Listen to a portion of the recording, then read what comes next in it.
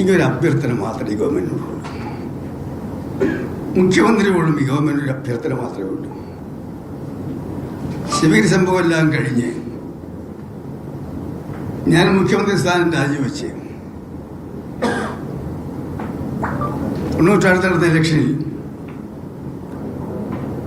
വിജയികളായ LDFന്റെ മുഖ്യമന്ത്രി EK നയനാർ ആഭ്യന്തര വകുപ്പ് കൈകാര്യമ്പോൾ അദ്ദേഹം ശിവഗിരിയിൽ നടന്ന കാര്യങ്ങളെക്കുറിച്ച് അന്വേഷിക്കാൻ, പോലീസ് നടപടിയെക്കുറിച്ച് അന്വേഷിക്കാൻ ജസ്റ്റിസ് ബാലകൃഷ്ണൻ നമ്പ്യാർ അധ്യക്ഷനായി ഒരു ജുഡീഷ്യൽ കമ്മീഷനെ വെച്ചു.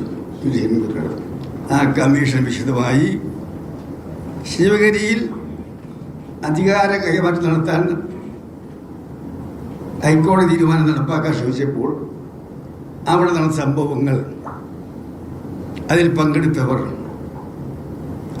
അതിന് ഉത്തരവാദികൾ ആരൊക്കെ, പോലീസിൻ്റെ റോൾ എന്ത്, ഇതിനൊക്കെ എല്ലാം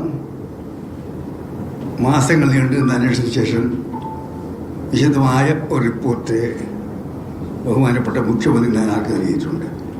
ആ റിപ്പോർട്ട് പുറത്തു വന്നതാണ്.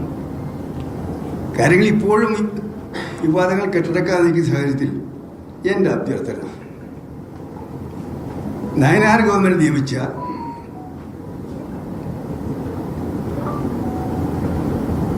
ജസ്റ്റിസ് ബാലകൃഷ്ണൻ നമ്പ്യാരുടെ ജുഡീഷ്യൽ കമ്മിറ്റിയുടെ റിപ്പോർട്ടിൽ വീണ്ടും പരസ്യപ്പെടുത്തണം.